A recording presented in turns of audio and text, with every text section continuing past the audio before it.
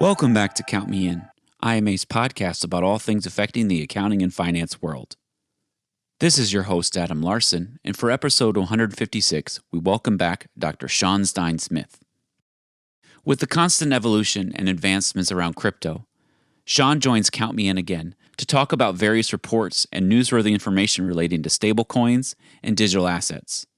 From standards on cryptocurrency to NFTs and decentralized finance, you'll want to keep listening to learn about what it all means and hear some of the potential future implications. Let's head over the conversation now.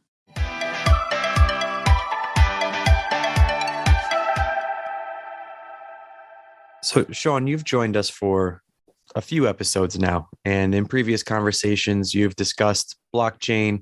Lastly, we talked about accounting standards for cryptocurrencies.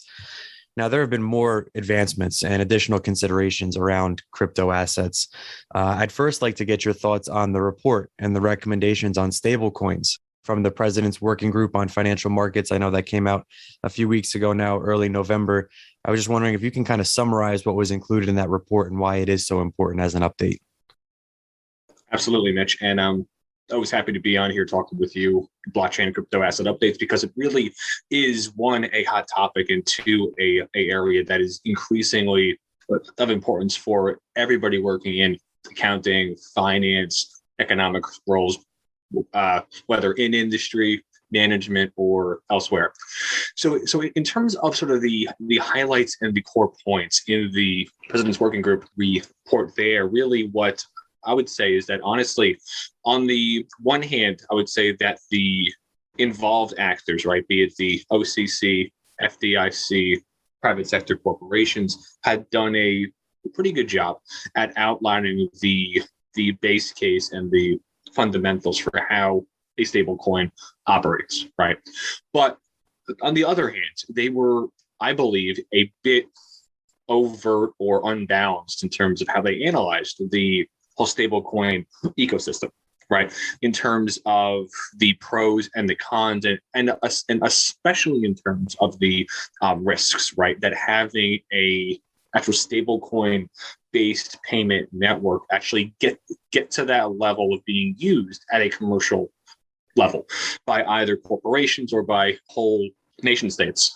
But overall, probably the top 2 or 3 points there is that, one, they've done a good job at researching and trying to pull out sort of who the big players are out there. And there honestly really only are a handful of them. And the bulk of the transactions happening in any stablecoin outlook now are handled by a handful of organizations. And the bulk of those transactions are also happening with coins backed on a one-to-one basis at the US dollar. And then two, sort of, they also did a good job, I believe, at outlining sort of the pros and cons. Obviously more on the con side, but a pretty good job at outlining the pros and cons of having a stablecoin based payment network versus the current fiat based network. And then three, and here's where I think there's the most promise, but also the highest risk. On the one hand, they also outlined, and by they, I mean the members of the working group, outlined really what factors and components any organizations trying to use a stablecoin payment network would have to take into account, meaning who the counterparties are, who has the insurance, and then how are these platforms and these connections between these different involved organizations able to be secure. And then ultimately, the end result of all of that conversation, and I believe the actual report was about 28 pages, the end result kind of mirrors the policy paper put out by Coinbase back in October. And in both of those white papers, both of which were between 15 and 30 pages long, so they aren't massive documents, but the end goal or the end call to action on both documents, which I find quite interesting, is this call for a new crypto-specific regulator that has powers or is imbued with powers by Congress to directly oversee all aspects of the crypto asset space. So overall, probably I would give it like a B minus in terms of the output. Because on the one hand, the working group did a good job at outlining the issues, outlining terminology, characteristics, and traits, and highlighting some of the core issues out there. But they were, I believe, a bit unbalanced in their outlook in terms of the pros and the cons. But it's so funny you bring that up because I read through the paper, and as we got towards the end, particularly when they summarized everything at the end, there's a statement that they gave. It says, while the scope of this report is limited to stable coins, work on digital assets and other innovations related to cryptographic and distributed ledger technology is ongoing throughout the administration. So it sounds like they are aware that they did not cover everything that they needed to necessarily, or maybe something else is in the works. That's kind of where I was going with my next question. Other innovations in this space, can you take a guess at what they might be referring to? Man, if I had access to that data, I'd be on a beach somewhere, Mitch. But probably if I had to hazard a guess, what I would say that the top two areas, and obviously there have been quite public comments out of the SEC and the IRS in terms of their really uptick in compliance efforts, collection efforts, enforcement efforts. So I would say that probably one output or outcome that I am sort of eyeing to happen during 2022 is that there is going to be, out of some agency, don't know which one yet, I would say probably the SEC, there is going to be some sort of framework or guideline to help companies get a better handle on which type of crypto asset falls into which financial instrument bucket. And by that, I actually mean, if I'm issuing a token or a coin, is that going to be treated as a equity security, a commodity, or some other form of instrument? So I'd say on the one hand, that's probably an area that they are trying to work on, and by they, it's the White House, Congress, and the various oversight agencies. And then two, what I would say is that currently I'm hearing quite a bit of chatter about NFTs, but I haven't heard quite a bit about NFTs because even though now the conversation around NFTs is, kind of focused on like the Bored Ape NFTs and, Beeple in March of this year. And it's more athlete and artist and artwork focused. The implications for this new type of crypto asset, non-fungible token, or NFT are actually quite broad. So I would not be surprised at all if, going forward, NFTs are an area that the White House and policymakers and regulators try to really get a handle on, right? Because on the one hand, Bitcoin is the headline news story, but that's kind of old news in terms of tax and other policy choices, right? Like it or not, they've sort of outlined how they view Bitcoin. And now in this president's working group, they've basically started the ball rolling on trying to regulate any stablecoin issuers. Whether it's correct or not is a whole other conversation. But and so then I would say NFTs are the next big area, and then DeFi is also probably the next area. I'd say NFTs more concrete because, to be honest with you, DeFi is still a fast moving, and it is so new that I don't think many policymakers have the expertise to have a real conversation around DeFi quite yet. So let's stay there for a second. I know you referenced getting to NFTs, and I guess, we can transition there first and we'll jump back to where we need to. NFTs were so hot. Again, non-fungible tokens, so popular. It seemed like everybody was talking about it as early as, it seems like yesterday, but then at the same time, it seems like it's cooled off pretty quickly compared to something like Bitcoin or some of the other stable coins. So what happened? Are we missing something, or is it still heating up? What's the status on NFTs? NFTs are an extremely interesting area, right? Because as I was saying just earlier, that that's what the main focus has been on, artwork and entertainers. Tom Brady's in it now. John Cena's in it now.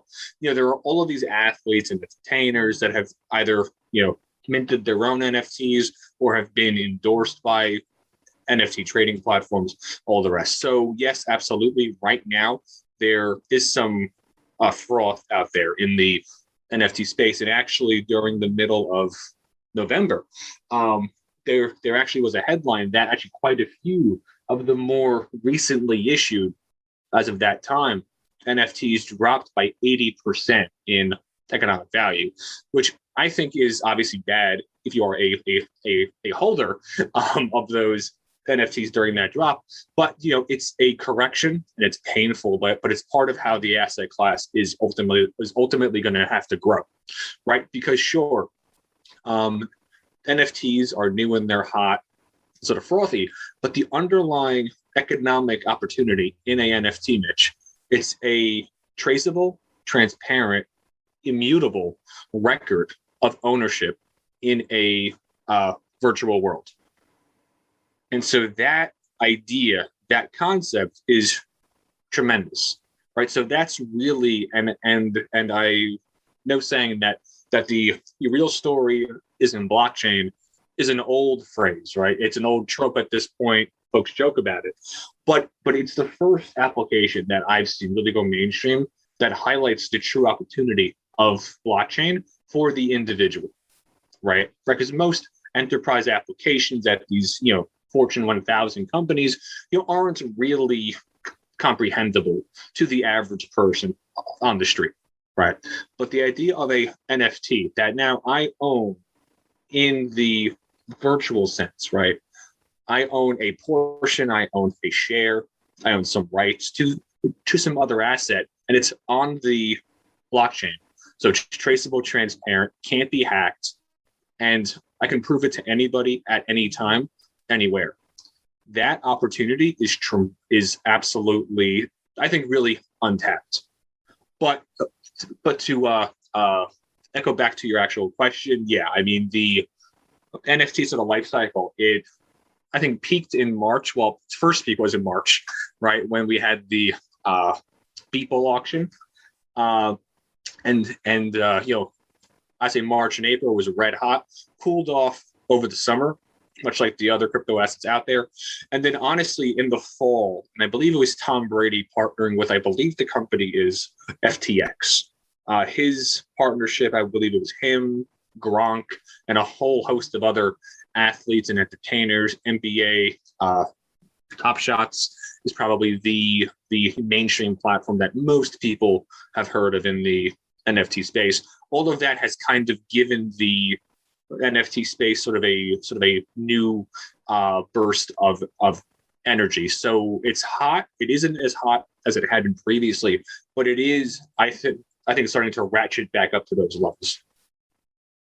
Now, I am most familiar with NFTs because of, Top Shot, like you just mentioned, and Brady is coming out with all of his NFTs and all the different people who are joining in on his group.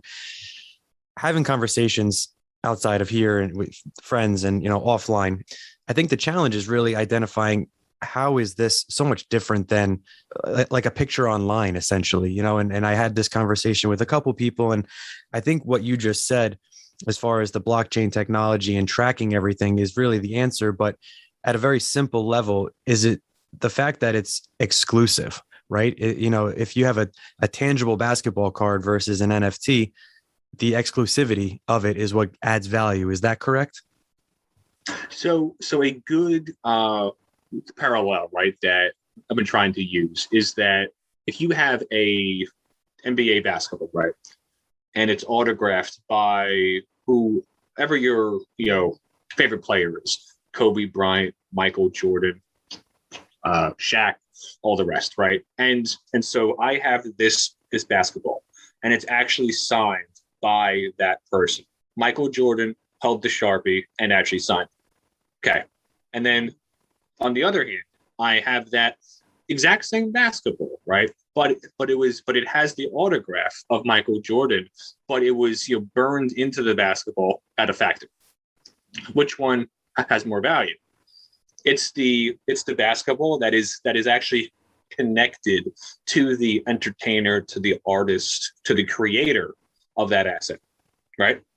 And so if I have a picture, if I have the Mona Lisa, famous painting in the world, priceless value. I'm no art expert, so I don't quite get it personally, but either way, right? It's a internationally famous painting, priceless. Why? Right? It's priceless and it's valuable because it is the only one out there, right? It's the only real, authentic version of it, as far as we know. But I can go online. I can Google it right now. On this podcast with you, I can go online, pull a picture of it, print it out, frame it, hang it on the wall. That doesn't have any economic value. But an NFT, right, tracing the provenance and the history of that artwork, or real estate, or athletes' merchandise, that is the true. That's the true economic value there. It is not always the asset itself. It's the connection of the asset to the creator of that asset, be it artwork, entertainment, real estate. It's that bright line. It's that proof of ownership and provenance. And anybody who's done any work in any supply chain over the last 18 months knows the importance of having control and having traceability in terms of provenance, ownership of that asset on that path. So that's the real difference there, Mitch, is that now I have that direct connection to that basketball, hand signed by Michael Jordan, as opposed to buying 85 basketballs online that have his autograph, but it was a copy and paste job at some factory. Perfect example. You're absolutely right. It definitely makes sense. So thank you for kind of breaking that down step by step. I think there is so much that goes on in this space, and everything is changing so rapidly. It's really good to provide updates like this, take a step back, make sure everybody really understands what everybody is talking about before something new comes out, right? And, I think you were just talking in alignment with NFTs. You mentioned DeFi, right? So I think it's only appropriate that we kind of stay in line here. Give us a breakdown of DeFi, why it's so important, and what our listeners really need to know. Mitch, I mean, we could be here talking on DeFi for 8 hours, so hope you have a fresh battery. But in terms of the baseline, right? Is DeFi, it's an incredibly complicated topic because it's a umbrella term, right? DeFi can actually point to anywhere between 12 and 15 different types of applications. It can be yield farming, staking, block rewards, all of which are trying to maximize the yield earned on crypto holdings. But the overall idea and the goal of any of these applications, right?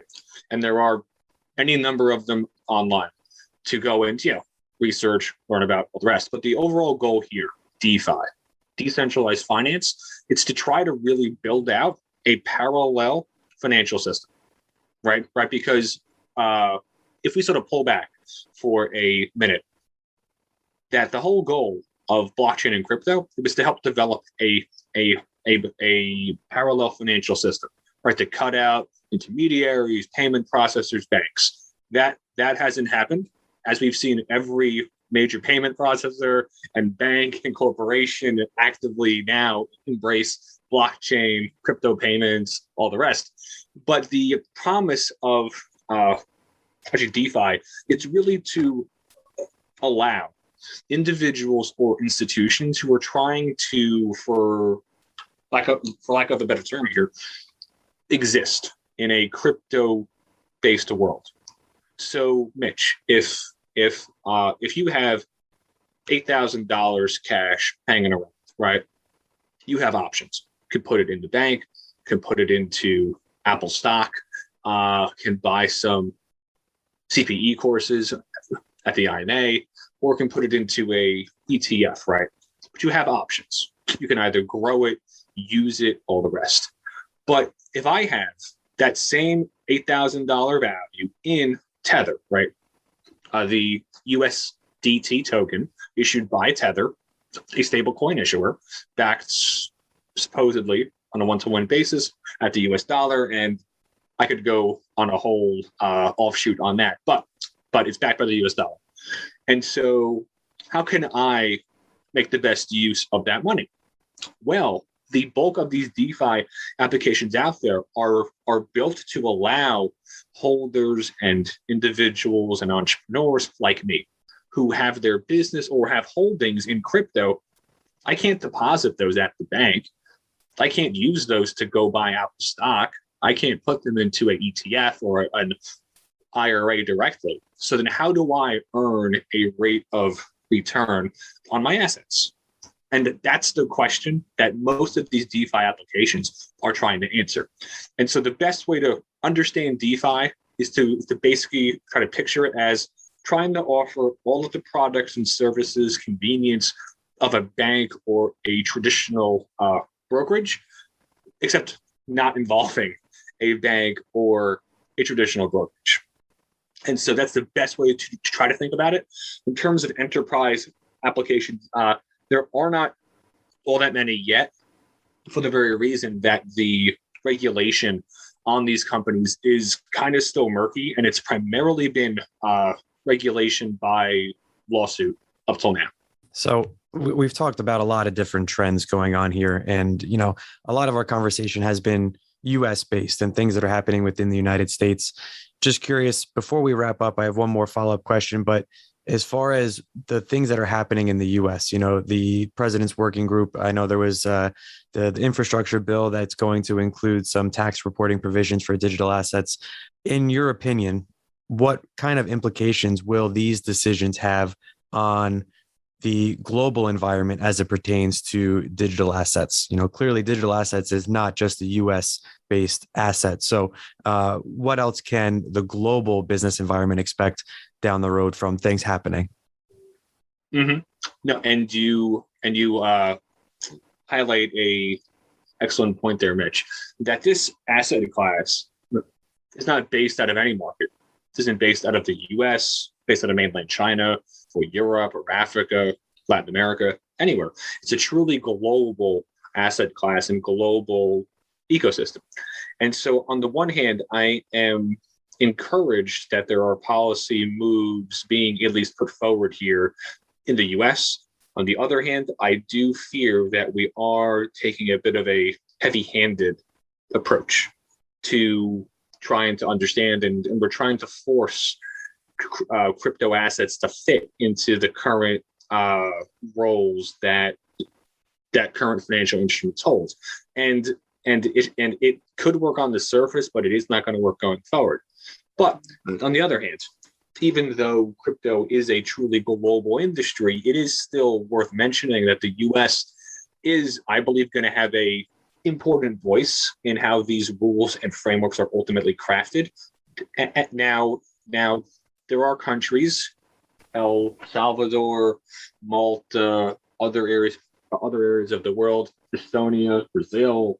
There are any number of other countries that have been more active in being pro crypto out there. So it's important for us to balance our attempts to protect investors and all the rest with the eye towards future opportunities. But my sort of wrap up point here in terms of the global impacts is that the only other global counterweight at the US level is mainland China. And whether you are a fan of this choice or not, their choice on a policy angle to ban crypto basically over and over again, to ban trading, to ban mining, to ban holding of it. I mean, that does basically open up the door for the US to basically still have a extremely dominant voice in this conversation going forward.